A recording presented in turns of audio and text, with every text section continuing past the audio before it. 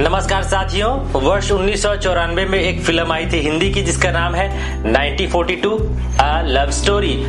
इस फिल्म ने जितना अच्छा रोमांस लोगों को दिखाया था, गाने दिखाए थे, मैसेज भी दिया था। विनोद चोपड़ा की इस फिल्म ने कई फिल्म फेयर अवार्ड भी जीते थे। आज इसी से जुड़ी एक ट्रिविया आप सभी के सामने शेयर करने जा रहा हूं। मेरा नाम है तेजेश्वर साहू, आप देख रहे हैं एसबी फिल्म्स एंड मीडिया और ऐसे ही खबरों के लिए इस चैनल को सब्सक्राइब कर लीजिए। चलिए वीडियो की शुरुआत करते हैं। तो साथियों, हम बात कर रहे हैं 1942 अ लव स्टोरी फिल्म के बारे में।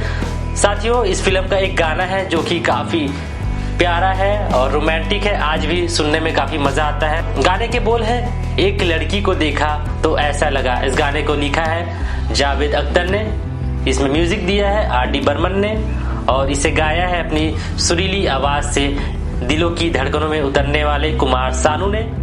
साथियों, आपको बताते चलो कि उस वर्ष इस गाने के लिए बेस्ट लिरिसिस्ट का अवार्ड मिला जावेद अख्तर को, बेस्ट म्यूजिक डायरेक्टर का अवार्ड मिला आर.डी. बर्मन को, जो कि उनका आखिरी फिल्म फेयर अवार्ड था, और बेस्ट सिंगर का फिल्म फेयर अवार्ड मिला कुमार सानू को। उस वर्ष बेस्ट फीमेल सिंगर का अवार्ड भी कविता कृष्णमूर्ति को इसी फिल्म के लिए मिला था। गाने के बोल हैं, प्यार हुआ चुपके से। तो साथियों, आज हम बात करें इस गाने के बारे में जिसका नाम है एक लड़की को देखा तो ऐसा लगा, जिसके साथियों इसी गाने के बोल पर बाद में विनोद चोपड़ा ने एक फिल्म प्रोड्यूस की थी जिसमें सोनम कपूर और राजकुमार राव नजर आए थे, जो कि LGBTQ कम्युनिटी पर आधारित ये फिल्म थी।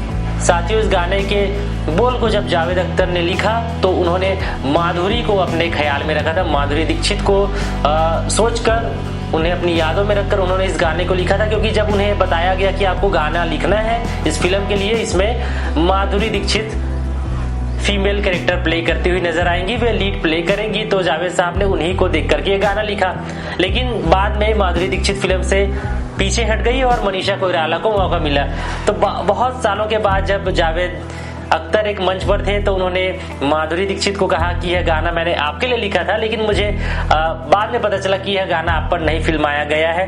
उन्होंने बताया कि ये बात या तो आप जानती हैं या मैं जानता हूँ, इस सदन में जितने लोग हैं उनमें से।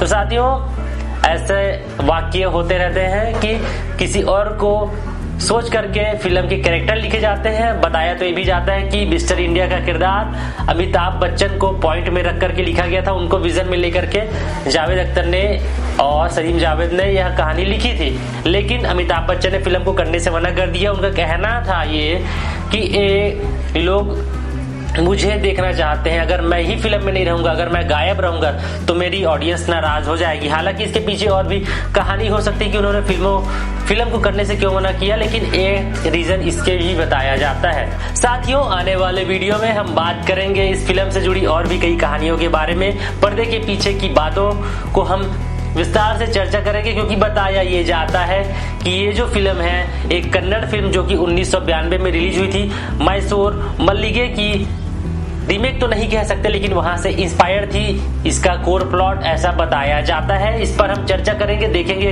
क्या सच में इसका कोर प्लॉट जो है वहां से इंस्पायर था मैसूर मल्लिगे, जिसमें आपको गिरीश कर्नाड प्रमुख किरदार में दिखाई दिए थे। देखने वाली बात होगी। और बहुत सारी कहानियां जिसके जैकी श्रॉफ भी इसमें थे, अनिल कपूर थे, मनीषा कोइराला थी। साथियों, ऐसे ही खबरों के लिए इस चैनल को सब्सक्राइब कर लीजिए, वीडियो को लाइक और शेयर करें। मुलाकात करते हैं नेक्स्ट वीडियो में, तब तक के लिए धन्यवाद, नमस्कार, जय जोहार।